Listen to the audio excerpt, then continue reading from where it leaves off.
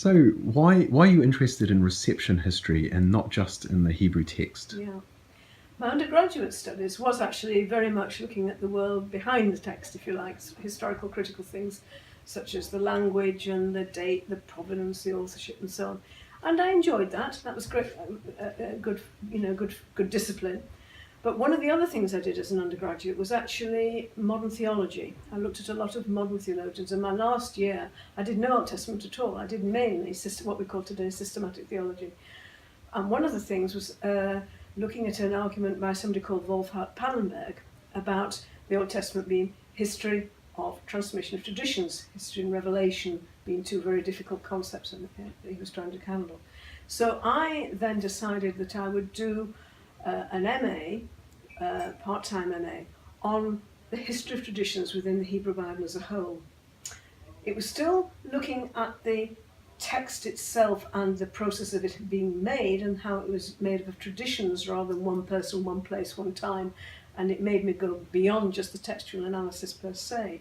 But I think that for me was the beginning of the road towards trying to look at issues which went beyond the text.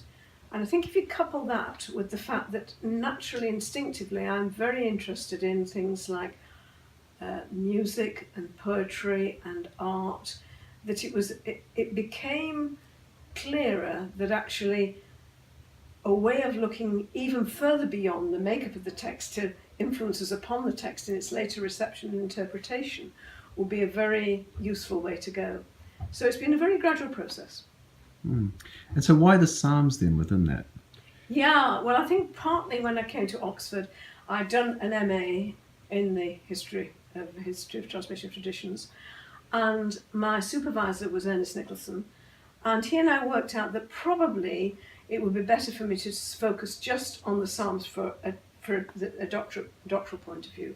So that's when I started to question very much the way that Mowinckel understood the Psalms in terms of texts which had been written by a cultic official for a particular liturgical occasion. And I became interested then in seeing them also as texts written out of personal piety for use in both Jewish and Christian communities right through the ages. And it wasn't just a text which was written for one person, one time, and one particular period in history. And again, that started, you can imagine this sort of reception history understanding alongside that it wasn't just about the Psalms, although the doctorate really was on the Psalms per se, but it was very much about the way in which the Psalms could and might have been used over a long period of time. And then gradually Oxford became associated with 2 or 3 important centres for reception history. One is run by Chris Rowland and Chris Joines, and called the Centre for Reception of Interpretation of Holy Scripture, and originally that's what it was called. And the other thing was a series by Wiley Blackwell, who are Oxford publishers, on looking at books through the centuries, it was called. So I got into that and started to write a book called Psalms Through the Centuries, which was really very much looking at the Psalms now, way beyond the text, and doing chapters on Psalms in poetry, Psalms in art, Psalms in music, Psalms in drama, Psalms in film, and that really started my interest in combining that early incipient reception history interest with now using the doctorate and my focus on the Psalms and having got to know them quite well through doing that, with now study of the Psalms and their late afterlife, if you like, their reception much later. So that started in the 1990s, and really I have now got involved in something as well, which is Oxford-based, called Torch. It's a sort of centre for the humanities, and we have a special section which is on the study of the Psalms, and people come to that from all fields, interdisciplinary, English and history, and film and music and art. The whole focus of those is from the Psalms outwards, reception history outwards. And that's been a very important influence as well, and it's something again which is specifically Oxford. There's nothing quite like it, I don't think, anywhere else.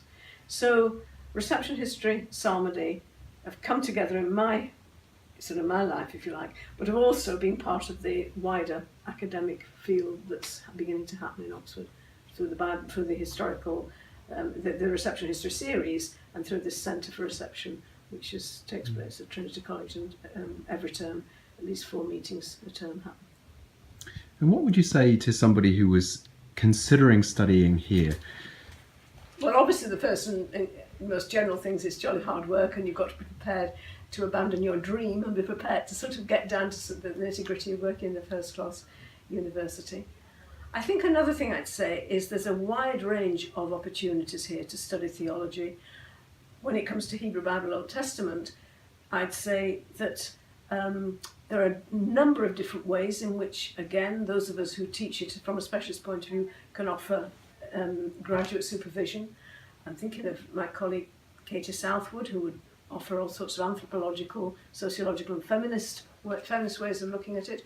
And of course, from my point of view, I would encourage people, not only just from the Psalms as a text, but from the other texts in the Bible, to apply a reception history methodology. Maybe they're interested in poetry, maybe in art, maybe in music, and really to try to see how they can combine skills that they've got in other areas and interests they may have got from doing degrees in other areas with the biblical text in a specifically reception historical context. So that's something I would feel Oxford can offer people, which is not something that every university can offer.